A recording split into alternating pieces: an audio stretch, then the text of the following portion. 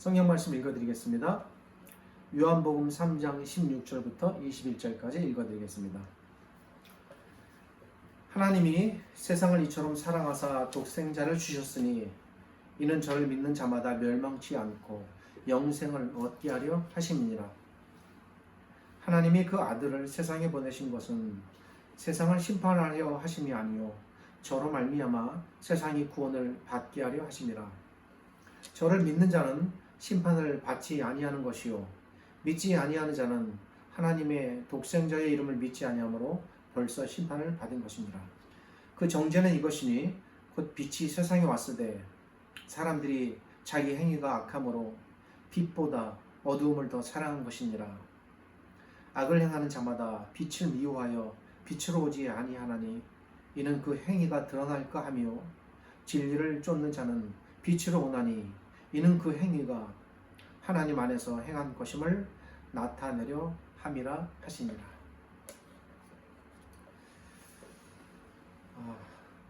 창세기를 쭉 말씀을 나누다가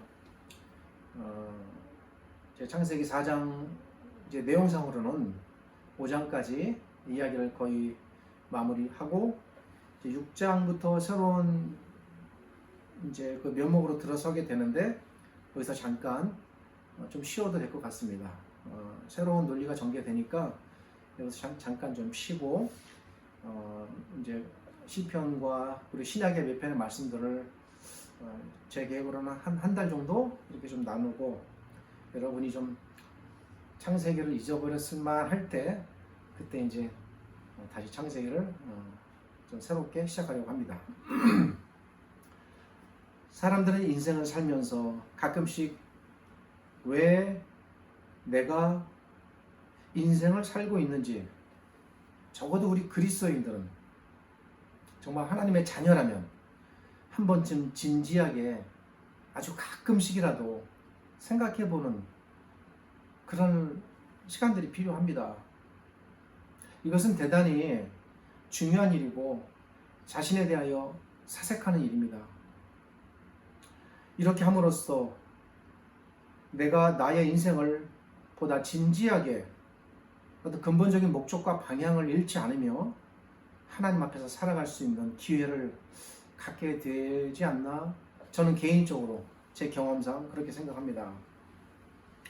예수님을 믿는다는 것도 이런 의미에서 한번 좀 진지한 고민을 하는 시간들이 필요합니다. 어떤 일이든지 일상적이고 반복적인 일이 되면 본질을 잃고 그 반복되는 틀과 테두리 속에서 내가 왜 이렇게 이런 일들을 하는지를 잊은 채, 그렇죠, 습관화되는 경향이 또 있는데, 그런 면에서 우리 신앙도 그렇게 될 가능성과 그리고 위험성도 있습니다. 예수님을 믿는다는 것은 과연 무엇일까? 저는 개인적으로 그런 질문을 가끔 제가 스스로 합니다. 좀 여기서 조금 더 나아가면 나는 왜 목사가 되었을까? 그리고 나는 무엇을 지금 하고 있는가? 내가 하나님 앞에 목사로 부름을 받고 살아가는 목적, 그리고 하나님께서 진정으로 나를 부르신 이유, 그리고 내가 해야 될 일, 이 땅에서 내가 이제 앞으로 좀 살겠지만 살아가면서 해야 될 나의 소명, 남은 것은 무엇인가? 이런 거에 대해서 가끔씩 저도 모르게 고민을 하게 됩니다. 그리고 이제 제 일을 돌아보게 되는 것이죠. 나는 예수님을 정말 잘 믿고 있는가? 예수님을 믿는다는 것이 요즘은 이제 한동안 코로나 때문에 이런 일조차 어려워지게 되었었지만 단순히 예배당에 나가고 사람들을 만나고 설교 듣는 일인가? 그렇지 않습니다. 어떤 행위들을 잘하면 그 행위를 보고 행위에 따라 내가 예수님을 잘 믿는 것이다 라고 말할 수도 있겠지만 또 그렇지 않을 수도 있고 그렇지 않을 가능성이 저는 더 크다고 봅니다. 왜냐하면 사람은 예수님께 대한 믿음이 거의 없거나 또는 아주 미약한 상태에서도 나름의 종교적 행위들을 열심히 할 수 있습니다. 믿음이 없으면 종교적인 행위들을 할 수 없다라는 것은 오해입니다. 때로는 전혀 예수님을 믿지 않으면서도 교회에서 또는 기독교 단체에서 주관하는 어떤 프로그램에 열심히 참여할 수 있습니다. 제가 아는 어떤 분은 수년 동안 매주일 예배에 참석하고 매주일 그 교회에서 주관하는 봉사활동에 아주 열심히 목욕 봉사를 하셨다고 하는데 그런 일에 참여하고 또 본인의 말에 의하면 성경을 창세기부터 계시록까지 정말 한 장도 빠지지 않고 다 이렇게 수기로 적는 그런 일들도 하면서 열심히 종교 생활을 하였었는데 현재는 교회를 떠나 신앙과 무관하게 자신의 본능을 따라 살아가는 그런 모습을 보게 됩니다. 물론 제가 본 그러한 모습이 또 정확하지 않을 수도 있습니다. 우리 주변에는 이런 의미의 종교인들이 생각보다 많습니다. 그러기에 우리가 자신 또는 타인의 신앙을 물론 평가해서도 안 되지만 혹 이게 그것을 바라본다고 할 때에 얼마나 교회를 열심히 다녔느냐, 얼마나 열심히 남을 위해 헌신하는 봉사활동에 참여했느냐, 또는 교회에서 현재 어떤 직분을 받고 있느냐, 받았느냐,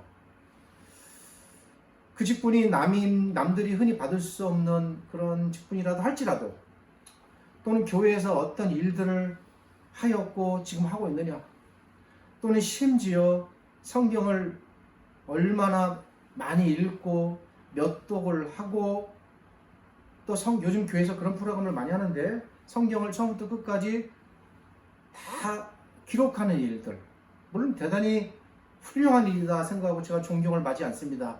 그럼에도 불구하고 자신의 신앙을 그렇게 해서 스스로 있다고 평가할 수 있고 또 타인의 신앙을 평가하는 기준이 될 수 있는데 이런 일들이 저는 솔직히 말씀드리면 얼마나 무가치하고 어리석은 일인지 모릅니다. 이런 신앙적 관점 자체가 대단히 위험합니다. 그렇다면 예수님을 믿는다는 것은 과연 무엇일까? 고민해야 됩니다. 제가 지금 말씀드리는 이런 일들이 예수님 믿는 것인가? 그렇다고 저를 공격하지는 마세요. 그럼 그런 거 하지 말라는 말인가? 아닙니다. 열심히 하십시오. 제가 추천드리고 저도 그렇게 하려고 애씁니다. 다만 거기에 함몰되지 마시라는 겁니다. 우리 신앙의 본질은 아니라는 것입니다. 예수님을 믿는다는 것은 내가 무엇을 하느냐가 아니라 예수님을 믿는다는 것은 내가 예수님과 어떤 관계에 놓여 있느냐, 그분과 어떤 관계를 맺고 있느냐, 관계에 달려 있습니다. 즉 예수님을 믿는다는 것은 그렇습니다.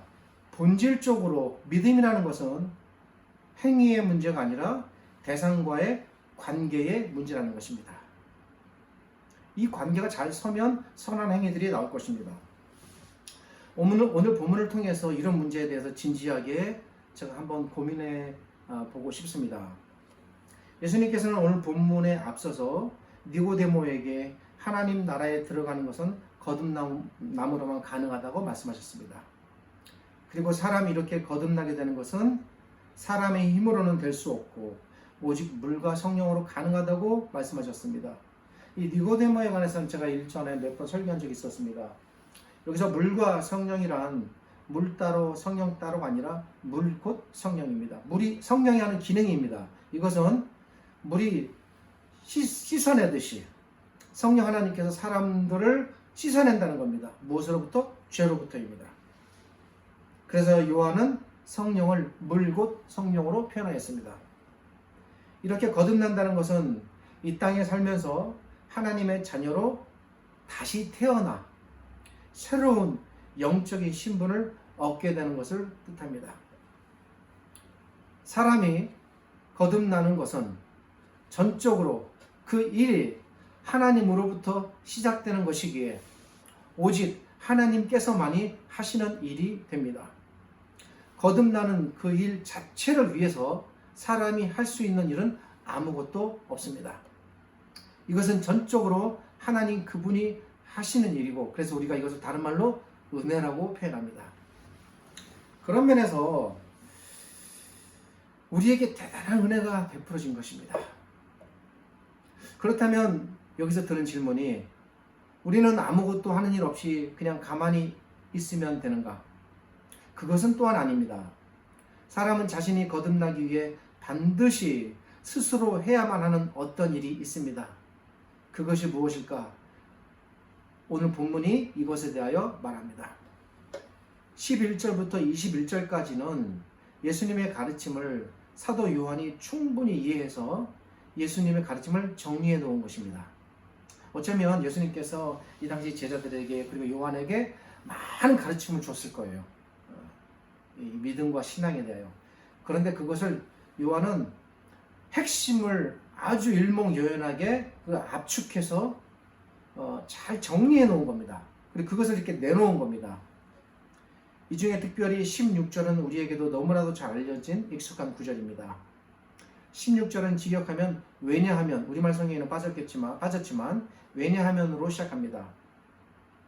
16절이 왜냐하면으로 시작한다는 사실을 참고해 볼 때 16절은 그 앞에 나타난 왜 예수님을 믿으면 영생을 얻는가에 대한 이유를 알려주는 구절이 된다 말씀드릴 수 있겠습니다. 유대인들은 하나님께서 자신들만 선택적으로 사랑하신다고 생각했습니다. 유대인들은 자신들을 제외한 세상은 다 악하며, 그러기에 자신들을 제외한 사람들은 모두 심판을 받을 것이라고 생각했습니다. 그러나 오늘 본문을 보면 하나님께서는 유대인들과 정반대의 생각을 갖고 계십니다. 어쩌면 구약시대에 하나님이 그런 모습으로 비춰졌을지 모르지만, 사실은 구약의 하나님도 그런 하나님이 아니에요. 구약을 그건 잘못 이해한 겁니다.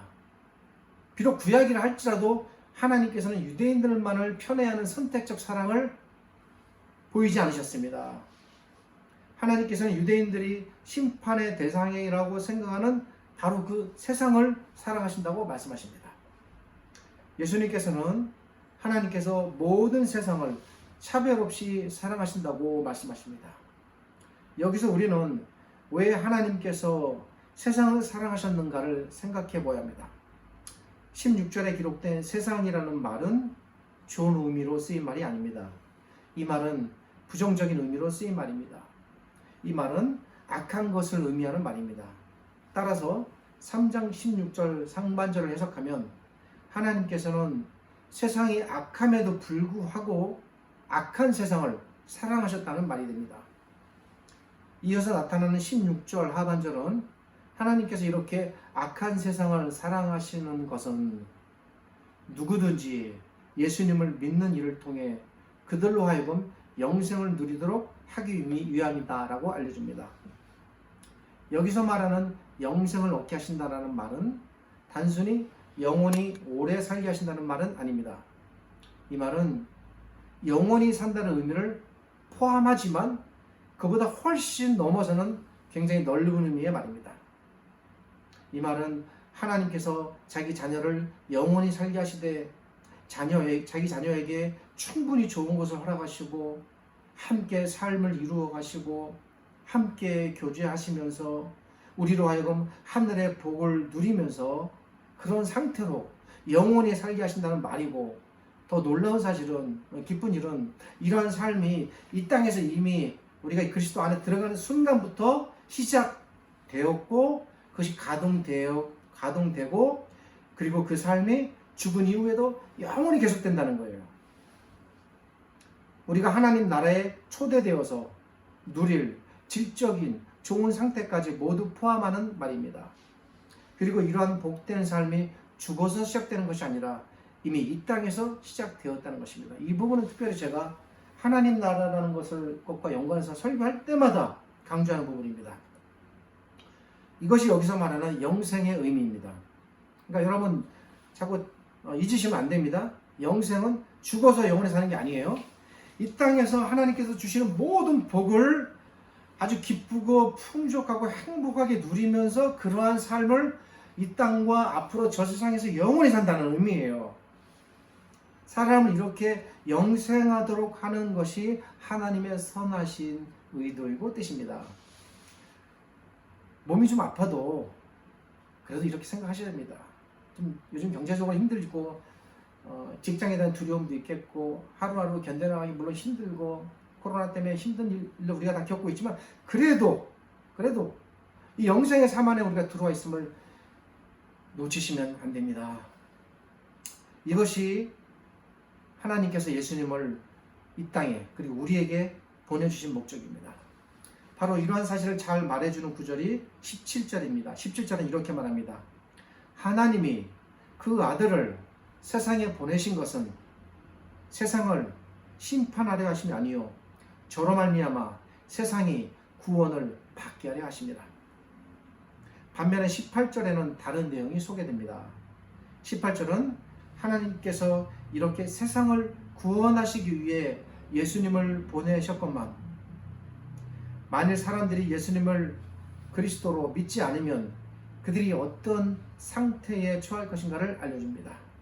18절에서 하나님께서는 예수님을 믿지 않는 자가 이미 심판을 받은 것이다 라고 말씀하십니다. 이 말 안에 담기는 의미가 사실 대단히 무겁습니다. 그리고 심각합니다. 이 말은 마치 하나님의 자녀가, 우리 입장에서 생각해 볼게요. 우리 하나님의 자녀가 제가 늘 헌히 강조하고 헤아릴 수 없이 반복해서 말씀드린 것 같은데 우리 하나님의 자녀가 예수님을 믿으면 죽어서 천국 가는 것이 아니라 이 땅에서 이미 천국 안에 들어와 있고 하나님 나라 안에 들어와 있습니다. 그래서 제가 이미와 아직이라는 걸 전에 말씀드렸죠. 그렇게 하나님 나라 안에 들어와 살고 있는데 그것과 비교해 볼 때 그것처럼 예수님을 믿지 않는 사람은 나중에 죽어서 당연히 심판을 받게 되겠지만 끝까지 그리스도를 부인한다면 그렇게 되겠지만 그 이전에 이 땅에서 이미 하나님 나라 밖에 살고 있다는 것입니다. 그리고 그들이 이 땅에서 이미 하나님 나라 밖에 살고 있기 때문에 심판의 자리 안에서 현재 살고 있다는 것입니다. 그러니까 중간지대는 없습니다. 딱 두 중에 하나예요. 예수님을 믿고 이 땅에서 천국 안에 들어와 살든지 아니 예수 그리스도를 받아들이지 않고 천국 밖에서 살든지 두 영역 중에 하나입니다. 이것도 저것도 아닌 중간지대는 없습니다.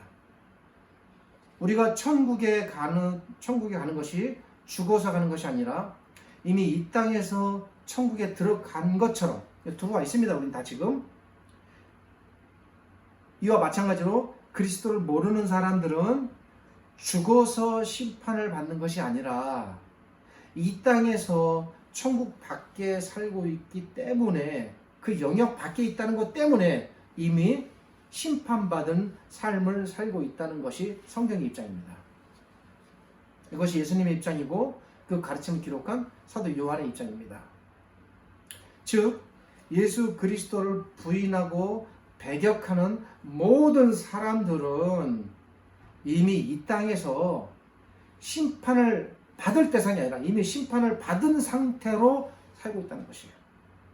아무리 행복하게 살아도 아무리 그 어떤 부와 영화를 누린다 할지라도 전부 다 심판받은 상태입니다. 놓치면 안 됩니다. 그러기에 원리적으로 그들은 죽어서 지옥에 가는 것이 아니라 이미 이 땅에서 지옥 안에 들어와 있고 지옥의 삶을 살고 있습니다. 제 말이 아닙니다. 잘 읽어보세요. 본문을. 그들이 이미 심판을 받은 사람들이기에 이 땅에서 지옥의 끔찍한 삶을 살고 있습니다. 이 땅에서 벌어지는 헤아릴 수 없이 끔찍하고도 잔인한 온갖 모든 종류의 죄악들이 그런 지옥의 모습들입니다. 이것이 18절에 벌써 심판을 받았다라는 말의 의미입니다. 저들은 이미 이 땅에서 지옥에 들어가 지옥의 삶을 살고 있다라는 이 말이 매우 두렵고 심각합니다. 특별히 바울 사도께서 로마서 1장에서 동일한 입장을 취하고 있습니다. 시간이 되신다면 설교 후에 로마서 1장을 한번 읽어보시는 것도 좋을 듯 추천드립니다. 한편 그런데 그리스도 밖에 있는 사람들은 자신들이 처한 문제는 뭐냐? 내가 처한 이러한 심각한 영적 상황을 본인이 인지하지 못하고 있다는 사실이에요. 인지하면 그렇게 있겠습니까? 아니겠죠. 날마다 방종하고 자기의 소욕과 욕심과 탐욕과 본능이 이끄는 대로 그냥 하고 싶은 대로 딱 하고 그냥 뭐 경찰에 끌려가지 않을 정도로는 범위 내에서 어떤 도덕적 양심 없이 무지막지하게 살아가는데 그것이 얼마나 끔찍한 삶인가 전혀 인지하지 못해요. 그게 더 심각한 것 같습니다. 제가 볼 때는. 우리가 살아서 이 땅에서 하나님 나라 즉 천국에 들어와 있듯이 저들은 살아서 이 땅에서 이미 지옥에 발을 들여 놓은 것입니다. 그런데 사람들은 자신들의 그런 비참하고도 가련하고도 두려운 처지를 도무지 모른다는 것입니다. 이 부분들에 대해서 존 칼빈과 마틴 루터 그리고 청교도 시대의 수많은 설교가들이 인간이 처한 이 끔찍한 상황에 대해서 얼마나 그들이 줄기차게 설교하고 가르치고 했는지 모릅니다. 존 칼빈의 인간의 전적 부패와 전적 타락의 그 중요한 사상이 여기서 나오는 것입니다. 그런데 여기서 우리가 한 가지 생각해 볼 것이 있습니다. 우리는 이 세상에 살면서 영생을 얻은 자는 이미 하나님 나라 안에 들어와 살고 있다라고 제가 말씀드렸습니다. 그런데 우리가 이렇게 하나님 나라 안에 들어와 살고 있는 분명한 증거가 있습니다. 그 증거가 있어야 하겠습니다. 그것은 제가 오늘 설교 초대에서 말씀드렸죠. 예수님과의 관계입니다. 우리는 예수님께서 우리를 대신해서 죽으신 구원의 주라는 것을 압니다. 그래서 예수님을 주님으로 섬깁니다. 나의 구주로, 나의 주로 섬깁니다. 예수님을 사랑합니다. 예수님의 뜻을 행하는 마음에 물론 때로는 어려움도 있겠지만 근본적으로 동의하고 그렇게 하려고 합니다. 이런 모든 것들이 예수님과의 바른 관계에서 나오는 정상적인 현상입니다.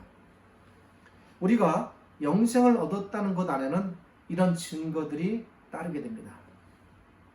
예수님과의 분명하고도 정상적인 관계, 저는 이것이 분명한 영생의 증거라고 생각합니다. 그렇다면 이미 심판을 받은 자들은 어떤 증거를 갖고 있을까요? 우리가 영생을 얻은 자로서 영생의 증거들을 갖고 있듯이 저들은 심판을 받은 자들로서 심판의 증거를 갖고 있습니다. 그 증거가 무엇인지 알려주는 구절이 19절입니다. 그 증거는 그들이 빛을 싫어한다는 것입니다. 저들이 얼마나 빛을 싫어하는가, 이 부분에 대해서도 로마서 1장은 맹렬하게 지적합니다. 바울 사도께서 로마서 1장 28절부터 31절까지 제가 오늘 끝나고 읽으라고 좀 말씀드렸습니다만 이 부분을 제가 한번 읽어드리도록 하겠습니다. 또한 그들이 마음에 하나님 두기를 싫어하며 하나님께서 그들을 그 상실한 마음대로 내버려 두사 합당하지 못한 일을 하게 하셨으니 곧 모든 불의, 추악, 탐욕, 악의가 가득한 자요, 시기, 살인, 분쟁, 사기, 악독이 가득한 자요, 수군수군하는 자요, 비방하는 자요, 하나님께서 미워하는 자요, 능욕하는 자요, 교만한 자요, 자랑하는 자요, 악을 도모하는 자요, 부모를 거역하는 자요, 우매한 자요, 배약하는 자요, 무정한 자요, 무자비한 자라. 참 바울이 정말 많이도 나열합니다. 그들이 이같이 일을 행하는 자는 사형에 해당한다고 하나님께서 정하심을 알고도 자기들만 행할 뿐 아니라 또한 그런 일을 행하는 자들을 옳다 하느니라. 이것이 빛을 싫어하는 사람들의 현상입니다. 이것들이 이미 저들이 심판을 받았다는 증거입니다. 빛을 싫어하여 그분께 나아오려 하지 않는다면 이것이 곧 그가 받은 심판의 증거라는 것입니다. 그러기에 우리가 이미 하나님 나라 안에 들어와 살고 있듯이 저들도 이 세상에서 우리와 같은 공간 안에 살고 있지만 그들은 심판의 나라, 심판의 자리 안에 살고 있는 것입니다. 여기서 빛이란 뭡니까? 너무나도 분명합니다. 예수 그리스도입니다. 즉 예수 그리스도께 나아오지 않는 것, 그것이 빛으로 나아오지 않는 것입니다. 반면에 우리 신자들은 예수 그리스도께 나아오는 자들입니다. 그러기에 우리는 이미 빛으로 나아온 사람들입니다. 그러기에 우리가 예수 그리스도께 나아왔다는 것, 이것이 바로 우리가 빛에 속한 증거가 되겠습니다. 그런데 한편 사람들이 빛이신 예수님께 나아오려고 하지 않는 이유가 있습니다. 그것은 그들이 빛으로 나아오게 되면 그들의 죄가 그 빛에 의해 모두 밝혀질 것을 꺼리기 때문입니다. 사람들이 가장 싫어하는 것 중에, 저도 마찬가지고 이건 신자들도 다 마찬가지일 거예요. 제일 싫어하는 게 뭡니까? 남에게 잘못을 지적받는 겁니다. 설사 내가 잘못했고 내 잘못을 내가 알아도 그건 내가 깨닫는 것이지, 누가 지적하면 굉장히 불쾌합니다. 그런 일은 늘 조심스러운 것이죠. 어두운 곳에 빛이 비춰지면 그 어두움에 가려져 보이지 않던 그 안에 지저분하고 더러운 것들이 모두 드러나게 됩니다. 이와 같이 사람은 그리스도라는 빛 앞에 서면 그 죄가 모두 밝히 드러납니다. 그런데 우리는 그 죄를 하나님 앞에서 실토하고 날마다 자백하고 날마다 그분께 나와 용서를 구합니다. 안 그렇습니까? 날마다 우리의 죄를 자백합니다. 그러나 저들은 자기 죄를 가지고 하나님 앞에 나아갈 생각을 감히 하지 않습니다. 빛으로 나아오려 하지 않는다는 것입니다. 그리고 그들은 이렇게 빛으로 나아오려 하지 않을 뿐 아니라 여기서 더 나아가 그 빛을 미워하기까지 한다는 것입니다. 이런 사람들이 당대에 있었습니다. 그들은 예수님을 만나면 자신들의 죄가 드러났습니다. 자신들이 얼마나 위선자인지 복음서 한번 읽어보십시오. 예수님께서 얼마나 신랄하게 그들의 죄를 지적하고 드러내십니까? 자신들이 감추고 있었던 죄가 어떤 것인지, 자신들의 위선들이 어떠했는지, 자신들이 얼마나 가증한지가 다 드러났습니다. 자신들은 늘 사람들 앞에 거룩한 척, 거룩하다 인정받았고 또 그렇게 받고 싶은데, 그런 모든 거룩이 거짓이고 위선이고 죄악 덩어리임이 예수님을 통해서 자꾸자꾸 드러납니다. 그러니까 예수님을 받아들일 수가 없는 겁니다. 자기의 잘못을 성토하기 전까지는, 삭개오가 이제 그 중에 예외가 되겠습니다만, 자기 잘못을 성토하기 전까지는 그분 앞에 나오는 것이 불가능한 일입니다. 뿐만 아니라 자기들 안에 이런 어두운 모습을 자꾸 밝히시는 예수님을 어떻게 하게 됩니까? 결국에는 미워하게 됩니다. 그래서 그들은 자신들의 어둠을 영원히 감추기 위해 아예 빛을 제거하기로 했습니다. 자꾸 비춰지면 불편하니까 비춰지지 않도록 하기 위해 그 빛 자체를 없애야 되겠다 생각한 것입니다. 그 결과가 바로 저들이 자신들의 죄를 덮기 위해 예수님을 십자가에 달아 죽인 일입니다. 그들은 왜 예수님을 십자가라는 형태의 죽음으로 죽일 것을 생각했을까? 그냥 예수님을 그저 없애는 것만이 목적이었다면 암살할 수도 있었을 것이고 아무도 모르게 죽일 수도 있었을 것입니다. 그러나 그들은 그렇게 죽여서는 안 됐습니다. 십자가라는 형태를 의도적으로 선택했습니다. 이유가 무엇일까요? 그것은 예수님을 죄인으로 몰아 죽이기 위함입니다.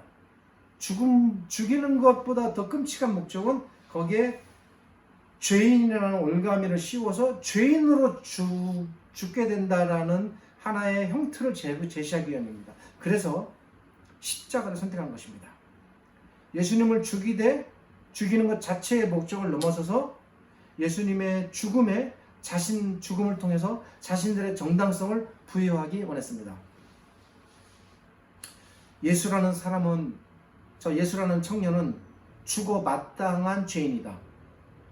그러기에 그의 죽음은 합당한 것이다. 아주 정당하고 당당하고 공의로운 죽음이다. 그의 죽음이 이렇게 합당한 것이라면 반대로 우리는 정당한 사람들이 된다. 이것이 저들이 십자가를 선택한 이유였습니다. 당시 십자가에 달려 죽는 것은 도저히 사회적으로 용서받을 수 없는 무거운 죄인임이 낙인 찍히는 증표였습니다. 이에 저들은 예수님을 죄인으로 낙인 찍어서 단죄하여 죽이기 위하여 십자가를 선택한 것입니다. 이거는 뭐 누구나 다 아는 이야기고 또 그리스도인들이 다 알고 있는 부분들입니다. 그렇다면 저들이 예수님을 이렇게 죄인으로 본 이유가 무엇입니까? 그것은 요한의 기록대로 저들이 이제 이런 거예요. 요한은 이렇게 본 겁니다. 이제 결국에는 자기들의 죄를 감추기 위함이다. 예수님이 죄인이 되어야 예수님의 가르침이 모두 거짓이 됩니다. 그리고 그동안 자기들을 지적했던 예수님의 모든 지적과 비판도 틀렸다는 것이 증명이 됩니다. 그렇게 되면 자기들은 떳떳하고 당당한 사람들이 되는 것입니다. 이렇게 되는 것입니다. 예수님이 죄인이 되어야 자신들이 의인이 되고 예수님이 죽어야 자기들이 사는 것입니다. 어떤 면에서는 예수님을 죽이지 않고는 길이 없는 그런 절대적인 상황이기도 해요. 그 당시 상황에서 도저히 예수님과 자기들이 공존할 수 없는 그런 종교적, 정치적, 사회적 모순 단계에 놓여 있었어요. 그들이 반드시 죽이거나 아니면 자기들이 자복하고 나아오거나 둘 중에 하나를 선택해야 했습니다. 이것이 당시 저들이 예수님을 죽인 행위 저 밑에 은밀히 감춰져 있었던 깊은 종교적, 사회적 의도였습니다. 이것이 살인의 근본적 이유라고 할 수 있겠습니다.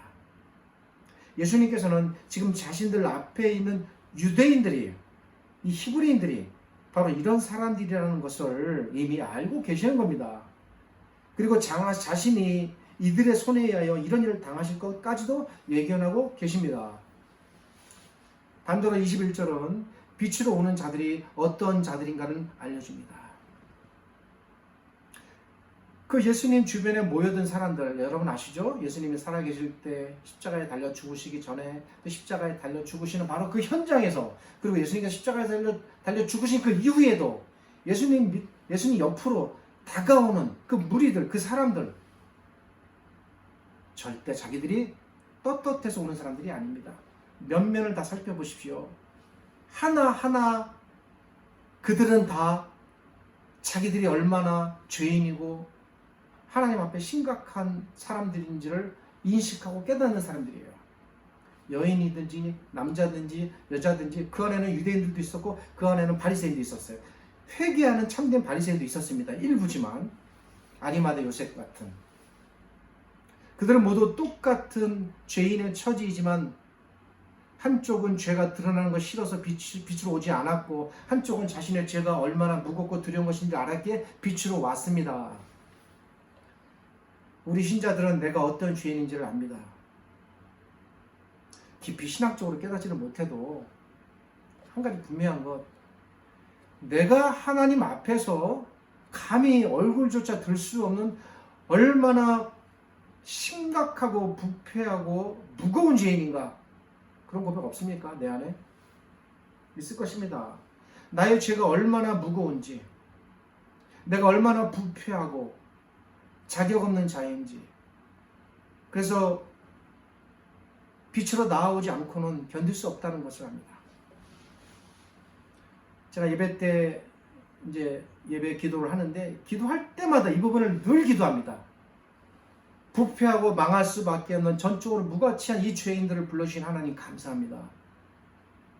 제 기도가 유튜브를 통해 나가진 않지만 저의 이 가족들은 알 것입니다. 매주 예배 때마다 제가 이 문구를 빼놓지 않습니다.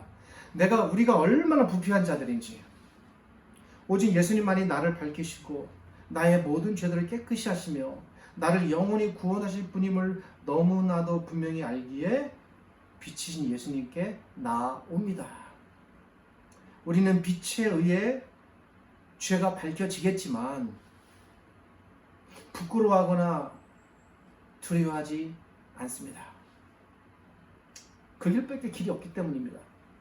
우리는 이런 모든 죄를 용서해 주실 수 있는 하나님께서 주신다라는 그 가능성을 확고하게 믿고, 그리고 그 가능성에 우리의 모든 것을 걸고 지극한 감사와 기쁨으로 나아올 수 있습니다. 똑같이 빛이 비추어지지만 그 차이는 다르게 나타납니다. 이렇게 나아오는 것이 바로 빛의 자녀들의 증거입니다.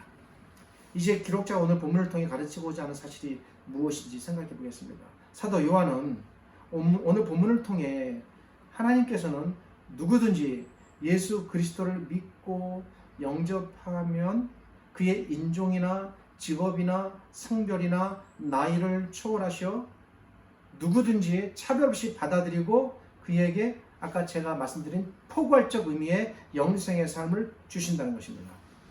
따라서 이렇게 하나님의 은혜로 빛 안에 거하게 된 우리는 우리 안에서 일어난 모든 일들이 모두 하나님의 은혜로 되어진 것임을 알아야 할 것이고 여러분 그렇게 다 깨달으실 줄 제가 믿습니다. 그리고 우리는 이러한 하나님의 은혜 베푸심이 나 아닌 다른 내 이웃들에게도 차별 없이 또한 베풀어지기를 관심을 갖고 노력을 기울여야 할 것입니다. 또한 우리는 우리가 하나님의 전적인 은혜로 빛 안에 거하게 되었다는 사실을 아는 만큼 그에 비례하여 감사와 감격이 우리 속에 있는지도 살펴봐야 됩니다. 분명한 것은 내가 빛 안에 거하지만 그 빛에 대한 기쁨과 감사와 은혜에 대한 깊은 그 인식과 그 즐거움이 내 안에 그만큼 또 있는지도 좀 돌아볼 필요가 있습니다. 우리가 예수 그리스도를 믿는 일이 결코 종교적인 취미생활이나 문화생활이나 정신건강을 위한 정신활동이 아님을 알아야 합니다. 우리의 신앙은 결코 종교성 띠는 봉사활동이 아닙니다. 예수 그리스도를 믿는다는 것은 부단히 진리를 깨닫고 터득하고 진리대로 살아야 하는 선택과 삶의 문제입니다. 이러한 삶에는 우리의 목숨까지도 달려있다는 사실을 잊지 마시기를 당부드립니다. 저는 극단적으로 이렇게 표현하고 싶습니다. 내가 예수 그리스도 그분을 위해 죽을 수 없다면 심지어 나의 육체적인 삶까지 내가 포기할 수 없다면 내가 가진 모든 것들은 다 물론이고 나의 목숨까지도 포기할 수 없다면 우리는 예수 그리스도를 믿는 것이 아니다. 저는 이렇게 감히 말씀드리고 싶습니다. 적당한 믿음이라는 존재하지 않습니다. 오늘 설교 제목이 그러하듯이 예수님을 믿는다는 것은 이런 것입니다. 예수님을 믿는다는 것은 궁극적으로 나의 생명을 그분께 내놓는 일입니다. 이런 진정성이 우리 안에 없다면, 이런 진정함이 우리 안에서 발견되지 않는다면 날마다 교회 가도 허사입니다. 안타깝습니다. 나는 과연 예수 그리스도를 믿고 있는가? 예수 그리스도 그분은 과연 나에게 누구인가? 우리가 이런 사실들을 바로 알고 하나님께서 우리를 구원하신 참 목적에 맞게 살아가신다면 우리는 비록 이 땅에 살고 있지만 하나님의 백성으로서 하나님께서 주시는 복을 부족함 없이 누리면서 그분의 나라 안에 살 것입니다. 영원히. 사랑하는 여러분, 용기를 잃지 마십시오. 빛을 쫓는 우리들, 그런 우리들은 이미 이 땅에서 천국에 들어와 있는 천국의 백성들입니다. 기도하겠습니다. 하나님 은혜를 감사드립니다. 완전히 부패하였고 하나님께서 위로부터 구원의 손길을 저희에게 내려주시지 않았으면 도저히 우리가 처한 이 끔찍한 상황에서 감히 위를 올려다볼 수도 없고 여기서 헤어나가나 벗어날 길이 전혀 없는 완전히 차단되고 함몰된 이 극단적이고 지극한 심판의 자리에서 마침내 저희에게 위로부터 손길을 내려주셔서 죄를 끄집어 올려주셨습니다. 그래서 우리가 이제 그 심판의 자리에서 벗어나 광명을 보게 되었고 빛이신 우리 주님 앞에 나아오게 되었습니다. 이는 전적으로 하나님의 은혜이고 뭐라 표현할 수 없는 하나님의 크신 사랑이고 긍휼이십니다. 이것을 깊이 깨닫고 찬양하며 하나님께 감사와 영광을 돌려드립니다. 지금은 우리 주님 예수 그리스도의 은혜와 저희를 지극히 사랑하시는 아버지 하나님의 크신 사랑과 오늘 이 하나님의 말씀으로 저희에게 찾아오시고 말씀을 통하여 저희 안에서 일하시고 이 말씀을 통해서 우리에게 기쁨과 위로와 용기와 그리고 믿음의 확신을 주시고 이끌어 주시는 성령 하나님의 함께 하심이 오늘 이 하나님의 귀하고 거룩한 말씀이 읽혀지고 전파되고 들려지는 모든 곳마다 하나님의 은혜가 가득하고 넘쳐나기를 우리 주님 예수 그리스도의 이름으로 축복하며 기도드립니다.